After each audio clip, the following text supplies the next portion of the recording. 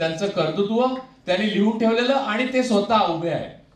म्हणजे तुम्ही डॉक्टरांना बाजूला जर केलं तर मनुस्मृती लागू होते त्यांच्या असण्यामुळे. आणि दुसरं, डॉक्टरांचं असणं म्हणजे काय, आता एका जसं की बुद्धांच्या बाबतीत जे म्हटलं जातं की बुद्ध हे काही नाव नाहीये, बुद्ध ही अवस्था आहे.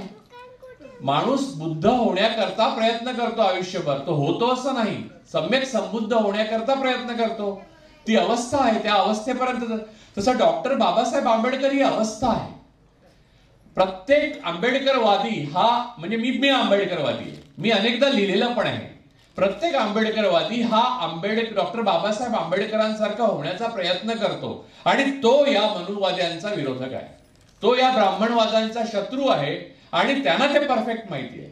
दुर्दैवाने आपल्यामधल्या बऱ्याच जणांना, ज्यांना असं वाटतं की भारताचं स्वातंत्र्य, सुजलाम सुफलाम, लोकशाही सगळं काही महान आणि उत्तम असावं आणि ते टिकून राहावं आणि देश बलशाली व्हावा, त्यांना हे कळत नाही. देश बलशाली होणं म्हणजे देशातला शेवटचा माणूस सर्वात सशक्त होणं, पॉवरफुल होणं. इथे दुर्बलांच्या आवाजाला ऐकलं जाणं, स्त्रियांच्या आवाजाला ऐकलं जाणं. आता दर्शन सोळंकीचा संपूर्ण ऐकताना मी रोहित वेमुलापासून बघत आलेलो आहे, पायल तडवी, दर्शन सोळंकी, या सगळ्यांच्या ज्या कहाण्या आहेत त्या कहाण्या एक दाखवतं की एका भारतामध्ये कित्येक भारत आहे आणि त्यातला कायमच बलवान राहिलेला भारत हा मनुवादी भारत आहे. आणि हा मनुवादी भारत आहे, त्याच्या विरुद्ध एल्गार केला होता दलित पॅन्थरनं. आणि तो एल्गार म्हणजे मला मगाशी पवार सर बोलत होते तेव्हा जाणवलं की ते म्हणाले की आम्ही काही संघटना वगैरे बांधली नाही. त्यांच्या मनातली आग एवढी जबरदस्त होती की या गोष्टींमध्ये ते पडलेच नाही. ज्या लोकांना वाटत होतं ते मिळत गेले. म्हणजे एक प्रकारे 1857च्या बंडासारखं होतं. निघाले ते दिल्लीकडे, चलो दिल्ली, त्या गावातले लोक निघाले. परंतु तो विचार प्रचंड सशक्त होता, तो प्रचंड पुरोगामी विचार होता. त्यातनं ज्या कविता निर्माण झाल्या, म्हणजे आजही त्या काळातल्या ज्या कविता निर्माण झाल्या त्या वाचताना माझं रक्त पेटतं, कुणाचंही रक्त पेटतं. सौंदर्यशास्त्राच्या ज्या कल्पना होत्या, ज्या प्रकारे म्हणजे तुम्ही सर म्हणाले त्याचं सत्यकथेत छापून आलं म्हणजे आपलं आयुष्य पूर्ण झालं, असं त्या काळात साहित्य आणि ते कंपू होता सगळ्यांचा. ते कंपू एक ब्राह्मणवादी होता, पण त्याला मुलामा पुरोगामित्वाचा दिला गेला होता, कारण तेव्हा पुरोगामित्वाला फॅशनेबल होतं, कारण सोव्हिएत युनियन तेव्हा होतं अस्तित्वात. परंतु त्या पुरोगामित्वाला जरा फाडलं. म्हणजे आज तुम्ही लक्षात घ्या, आज बघा तेव्हाचे अनेक पुरोगामी आता बुरखा फाडून स्वतः पुढे आलेले आहेत आपण मनुवादी असल्याचं सांगत जोरामध्ये. तुम्ही बघा सगळ्यांचे व्हॉट्सअप ग्रुप बघा, फेसबुकवर बघा, ट्विटरवर बघा, समाज माध्यमावर बघा. म्हणजे याचा अर्थ आपण ज्यांना मित्र मानत होतो ते आपले शत्रू होते आणि ते खरोखरच शत्रू होते आणि त्यांना शत्रूसारखंच वागवलं पाहिजे. यातला सगळ्यात महत्वाचा मुद्दा असा की पॅन्थरचं सगळ्यात मोठं जर योगदान कोणतं असेल तर पॅन्थरने एक परिभाषा डेव्हलप केली, जी परिभाषा त्या अगोदर केली गेलेली कोणत्याही चळवळी केलेली नव्हती. डॉक्टर बाबासाहेब आंबेडकरांचं जे विपुल लेखन आहे आणि इतक्या क्षेत्रामधलं लेखन आहे ते चळवळीमध्ये आणताना कोणत्या प्रकारे प्रतिघात करता येईल या ब्राह्मणवादी व्यवस्थेवर हे पॅन्थरने दाखवून दिलं.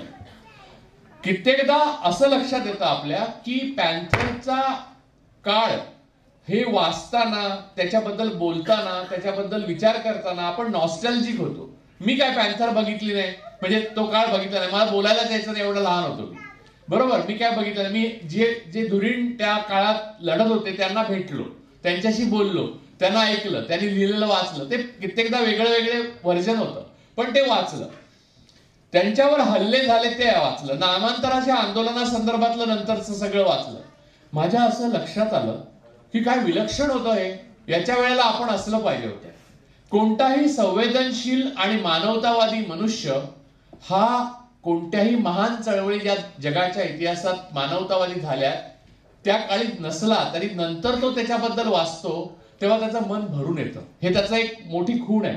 तुम्ही फ्रेंच राज्यक्रांतीबाबत घ्या, तुम्ही रशियन राज्यक्रांतीबाबत घ्या, नंतर काय झालं त्याचं ते नंतर जाऊ दे, पण त्या गोष्टीच्या वेळेला आपण असायला पाहिजे होतं असं ज्याला वाटतं तो जिवंत आहे, तो माणूस आहे. मला नेहमीच वाटतं की मी डॉक्टर बाबासाहेब आंबेडकरांचा समकालीन असायला हवा होतो, त्यांना बघता आलं पाहिजे होतं, 4 शब्द बोलता आले असते तरी खूपच झालं असतं. तसं काही झालं नाही, पण ते वाटताना सुद्धा माझ्या अंगावर रोमांच उभे राहतात. ही एक खूण आहे, ही एक खूण आहे माणूस जिवंत असल्याची. तुम्हाला जर वाटत असेल 5000 वर्षापूर्वी देश सोने की चिडिया होती, 5000 वर्षाचं जाऊ देव. ब्रिटिश यायच्या अगोदर भारताचं सरासरी आयुर्मान 30-40 होतं. पेशव्यांना सुद्धा चाटणं वगैरे द्यायला लागायची आणि मग शेवटी एकादशण्या सुरू व्हायच्या आणि ते निवर्तायचे. त्यामुळे मॉडर्न मेडिसिन जेव्हा भारतात आलं ब्रिटिशांकडनं, तेव्हा लोक जरा बरे जगायला लागले. तोपर्यंत त्यांना जगण्याची कोणतीही कला अवगत नव्हती. त्यामुळे या प्रकारचा जो देश होता, यामध्ये कोणत्या सोने की चिडिया होती हेच मला समजत नाहीये. फक्त रमणे घेऊन ब्राह्मण पूजा घालत असत आणि त्या पूजेला कोणत्याही प्रकारचा शास्त्रीय किंवा परिणामकारक अर्थ प्राप्त कधीच झालेला नव्हता या देशाच्या इतिहासामध्ये. या देशाच्या इतिहासामध्ये पुन्हा एकदा बाबासाहेबांचं विजन दिसतं की या देशाच्या इतिहासामध्ये सर्वात मोठा महापुरुष जो होऊन गेला, ज्याने धर्म नावाची गोष्ट जी आहे त्याला वेगळं क्रांतिकारक स्वरूप दिलं, ते म्हणजे गौतम बुद्ध. बुद्धांनी अवस्था आपली जी आहे आणि 4 आर्य सत्य जी सांगितली, आणि सर म्हणाले बघाशी पंचशील म्हणजे हे, तर किती सुंदर आहे. पंचशील आणि जय भीम आपण दोन्ही एकच अशाच प्रकारे म्हणतो. तर या गोष्टीला बुद्धांनी पहिले शास्त्रीय एक त्याची व्याख्या करून दिली आणि माणसाला देव आहे का या गोष्टीच्या बद्दल विचार न करता आपण कोण आहोत याच्याबद्दल विचार करायला पहिल्यांदा बुद्धांनी भाग पाडलं. म्हणून हिंदूंचे सगळ्यात, हिंदू म्हणजे काय, वैदिकांचं हिंदुत्व म्हणजे ब्राह्मणवाद. मी लिहिलेलंच आहे त्याच्यावर. त्यामुळे वैदिकांचं हिंदुत्व म्हणजे हिंदू. तुम्ही हिंदुत्व असं काही नाही. बरं, हिंदवी हा शब्द उर्दू भाषेला दुसरा प्रतिशब्द म्हणून वापरला जातो. हिंदवी हा उर्दूचा शब्द आहे, अर्थ हिंदवी म्हणतात उर्दूला. हिंद हा शब्द अमीर खुसरोने वापरलेला आहे. हिंदू हा शब्द कोणताही संस्कृत वगैरे शब्द नाही. आणि हिंदू नावाचा धर्म जर असेल तर दुसऱ्या धर्मातला माणूस जर आपल्या धर्मात घेतला तर कुठच्या जातीत घेणार तुम्ही? त्यामुळे धर्माच्या अर्थाने पण ती अब्राह्मिक रिलिजन किंवा कुठच्या धर्माच्या अर्थाने तो धर्म नाहीये. तो एक वेगवेगळ्या जातींचा समूह आहे. वैदिकांचा जो वाद आहे तो फक्त ब्राह्मणवाद आहे. त्याच्यात मान्यता फक्त ब्राह्मणवादाला आहे आणि यजुर्वेदामध्ये ब्राह्मण धर्म असंच म्हटलेलं आहे. त्यामुळे हे बाबासाहेब आंबेडकरांनी सर्वसामान्य जनतेसाठी खुलं करून दिलं. त्यांनी इंग्रजीत मराठीत पुन्हा पुन्हा लिहिलं आणि मग नंतर पॅन्थरच्या चळवळीच्या वेळेला कवी, लेखक, विचारवंत, लढावय्ये, छोटी छोटी माणसं यांनी रस्त्यावर शिवीगाळ करून हे ज्ञान संपादन आणि खोट्या तिजोऱ्या ब्राह्मणवादाच्या फोडूनच टाकल्या. आणि ते जे खरं ज्ञान होतं ते लोकांसाठी खुलं झालं. परंतु काय आहे, लोकशाही असो किंवा मानवता असो, माणूस हा तसा सरळ प्राणी नाहीये. त्याला पुन्हा पुन्हा सांगत राहायला लागतं. ते एकदा धोक्याचा इशारा दिला आणि तुम्ही झोपून राहिलात तर ते चालत नाही. जसं आपण लोकशाही गेले 10 वर्षापूर्वी गृहीत धरली होती. आज आपल्याला लोकशाहीची किंमत श्वास घेताना सुद्धा सफोकेशन होतं. म्हणजे आज मी इकडे तिकडे काय बोललो तर काय होऊ शकतं असं सगळ्यांना वाटतं. आता प्रशांत बोलून गेला 83 त्याला पकडलं पण होतं. कशासाठी? तो स्वातंत्र्यासाठी लढतोय. आणि स्वातंत्र्य तुम्हाला बाबासाहेबांनी हातात आणून दिलं, त्याची तुम्हाला किंमत नाही कळली. किती दुर्दैवी. आणि हे स्वातंत्र्य काही त्यांनी आपल्या जातीला किंवा क्ष जातीला किंवा फक्त बहुजनांना पिचलेल्या समाजाला आजपासून स्वातंत्र्य देण्याचं ते असं काही केलेलं नाहीये. म्हणजे एवढा सहृदयता त्यांची पुणे करारापासूनच ती सहृदयता दिसली. म्हणजे गांधीजींचे प्राण वाचवणं हे माझ्या समाजाला न्याय देण्यापेक्षा जास्त महत्वाचं आहे असं त्यांनी मानलं. ते काही गांधीजी व्यक्तीबद्दल नाही, एका माणसाचे प्राण ज्याला अनेक लोक मानतात ते वाचले पाहिजेत ही भावना होती. म्हणजे गांधीजी ज्या आपल्या मताबाबत आग्रही होते तेवढेच डॉक्टर बाबासाहेब आंबेडकर आपल्या मताबाबत आग्रही होते. किंबहुना आपल्या मताच्या, आपल्या विचाराच्या स्वातंत्र्याला 5000 वर्ष दमनाचा इतिहास आहे हे माहीत असूनही डॉक्टर आंबेडकरांनी गांधीजींचे जीव वाचवण्याला प्राधान्य दिलं आणि पुणे करारात आपल्या मागण्यांना पाणी सोडलं. ही मानवता, ही सहृदयता, ही एम्पथी, ही संवेदनशीलता भाषेमध्ये, विचारामध्ये, शास्त्रामध्ये, म्हणजे जेव्हा मनसोडे मॅडम म्हणतात आपल्याकडे सायन्स शिकवलं जातं त्याच्या मागची एम्पथी शिकवलीच जात नाही, त्यात संवेदनाच नाहीये. त्यामुळे IITतनं ब्राह्मणवादीच, मनुवादीच मुलं निर्माण होतात. ते टेक्नोक्रॅट्स होतात, त्याला काय आपल्याला देणं घेणं आहे. तुम्हाला मी 50 नावं सांगेन जे आता ह्या मनुवाद्यांच्या सगळ्यात आघाडीवर आहेत. ते सगळे IITian आहेत, किंवा अमेरिकेत किंवा इंग्लंडमध्ये किंवा पाश्चात्य जगात जाऊन इथे मनुवाद्यांना बळ पुरवतात, पैसे पुरवतात. ते सगळे 70च्या दशकात, 80च्या दशकात, 90च्या दशकात IIT IIM मधनच इथून गेलेले आहेत ब्राह्मणवादी. त्यामुळे तुम्ही अशी अपेक्षा करणं चूक आहे की विज्ञान शिकले किंवा उच्च दर्जाचं शिक्षण घेतलं की माणूस समतावादी होतो. हे अत्यंत खोटं आहे. माणूस समतावादी होण्याकरता त्याला थोडंसं बाबासाहेब आंबेडकर व्हायला लागतं.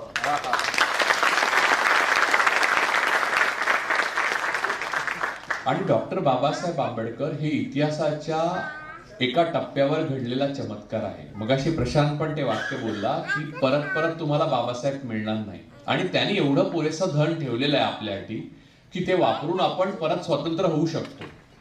फक्त आपला आपल्यावर विश्वास आहे की नाही हा एक प्रश्न आहे.